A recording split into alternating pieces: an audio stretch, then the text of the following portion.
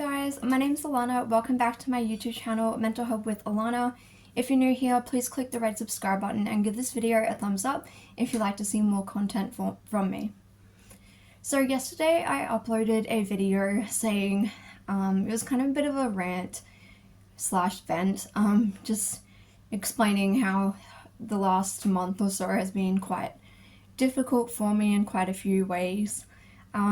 I did see my psychiatrist today, so I saw my psychiatrist this morning, and basically I just told her that my psychotic symptoms have increased a lot over the last month, like my delusions and my hallucinations, mainly just auditory hallucinations though. They aren't as distressing as like what I was having previously, but I'm still experiencing hallucinations. I explained all that. I explained how I had a 3-week hypomanic episode, and there were some things that I did that wasn't the best idea. The thing is, when I see my psychiatrist, is that I have so many things to like get out in the session. So I generally make like a list before I go on my phone, and then I look at it before the appointment, and then I normally take the phone out at towards the end just to check that I've ticked everything off. 45-minute appointment, so I had enough time to actually like explain everything. But the thing I'm really bad at is time frames, and I realized because I've been in this like chronic fatigue crash, my brain is just not working. Like I have terrible brain fog, and I actually have an app that is created for bipolar, where you track your episodes. And I actually did. I tracked this 3-week episode. And she asked me like, when did this happen? And I said, I didn't know. I don't know, it's on the app. Anyway, so that, I was kind of annoyed later on when I realized that I literally had it on my phone. Because she was trying to piece together a bit of a timeline, you know. She was asking me like, when did the psychotic symptoms increase? When did you have this hypomanic episode? We didn't really go into the hypomanic episode like too much about what I did, because at this point I have schizoaffective disorder, bipolar type. So I've been obviously having bipolar episodes for years, so it's nothing particularly new. I explained about my chronic fatigue situation at the moment, how I've been absolutely exhausted and just brain fog, and like finding it really hard to get up and like do anything because I'm just exhausted, like physically and mentally, and like I just got really bad brain fog. And then I also explained this was the main reason why I went to see her. I wasn't due to see her for another like 2.5 months, because when I saw her last, everything was going quite good. I saw her in February, I think February the 18th, but it's just been this past like month-ish, things have kind of gone downhill a bit. And it's got, I said this to her today, I said it's got nothing to do with, well, it's not really to do with my circumstances. I mean, the NDIS thing that I mentioned is stressing me out, but I've just had a lot of change in my life recently, and it's good change, but it's still change, and things like that can cause me stress, and because of the delusions and psychotic symptoms, that's what's making my anxiety so bad.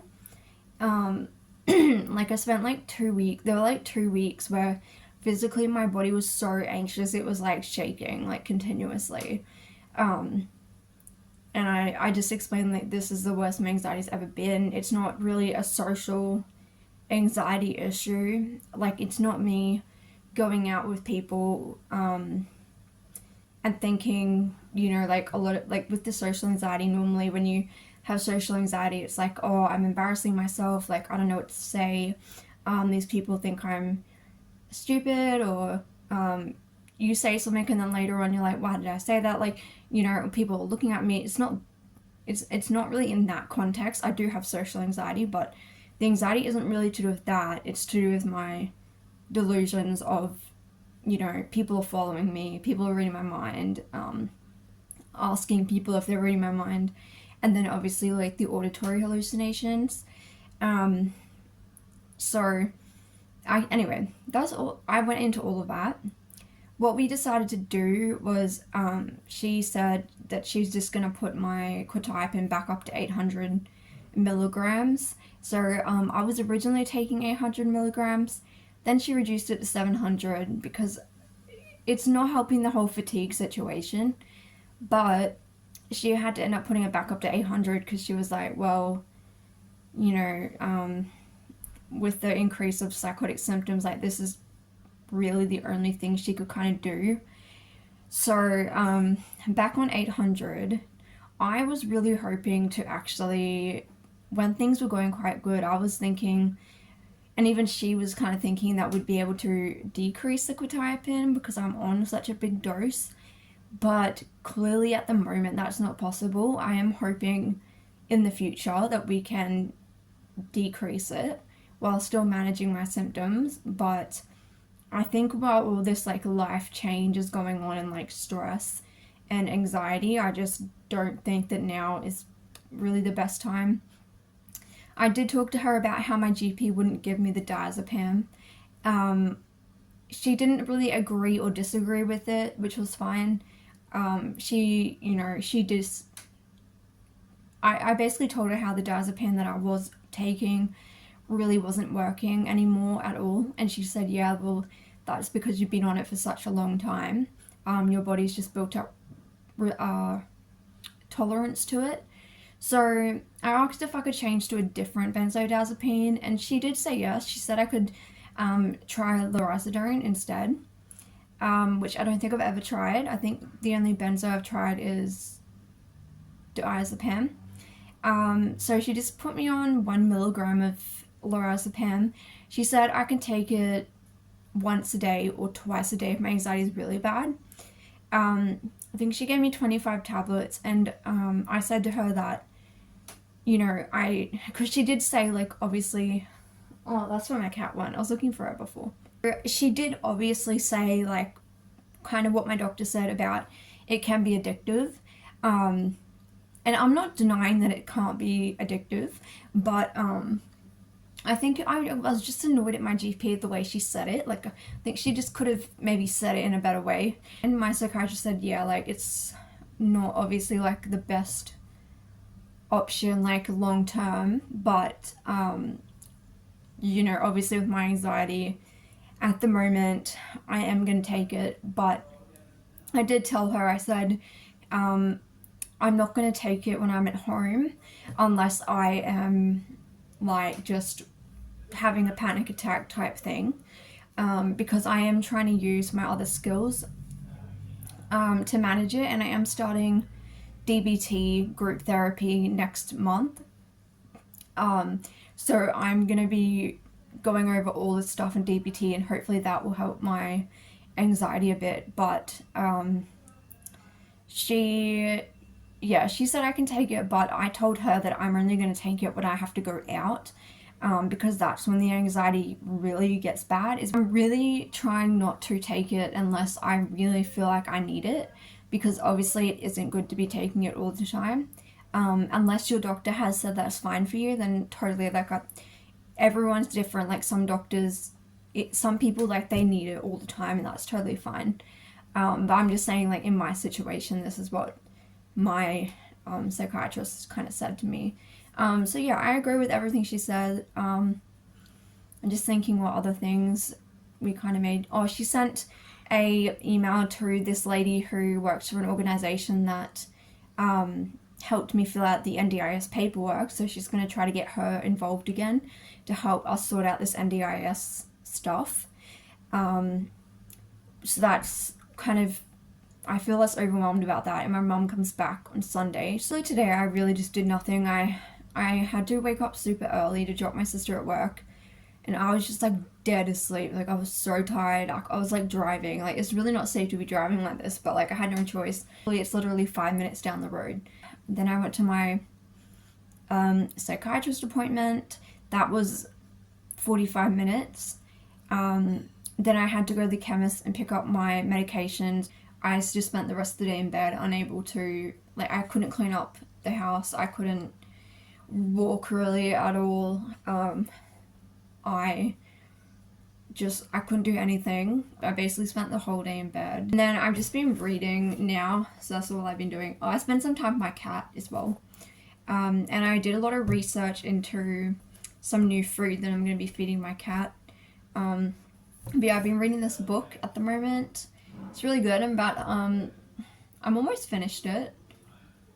And then I bought this book, I think it was yesterday or whenever I went to the shops, like 2 or 3 days ago.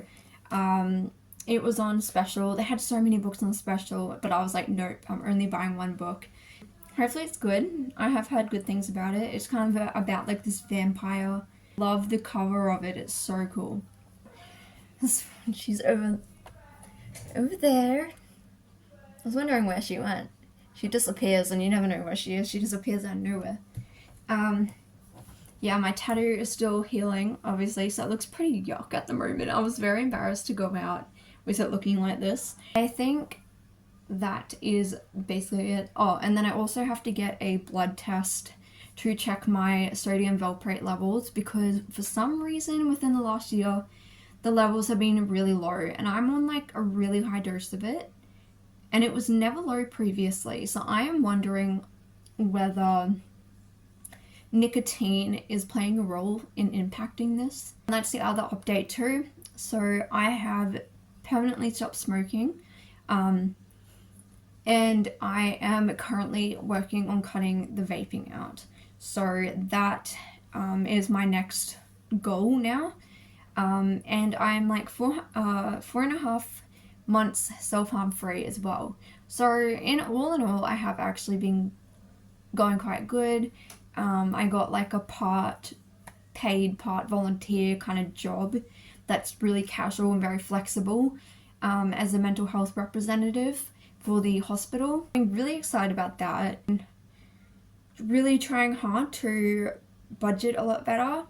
I finished all my theory units for my diploma now, so I've done all 18 theory units, and I have about 16 practicals to do. And then I'm done the diploma. Like, things have been going well in the fact, like circumstantial wise, but I think even though these things are good things, it just still causes me anxiety and stress. And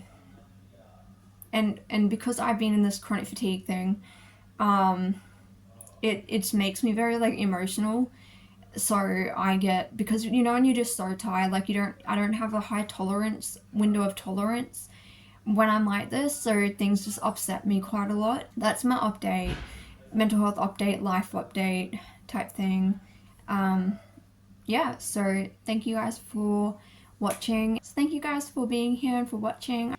Comment how you've been, and come back for the next one.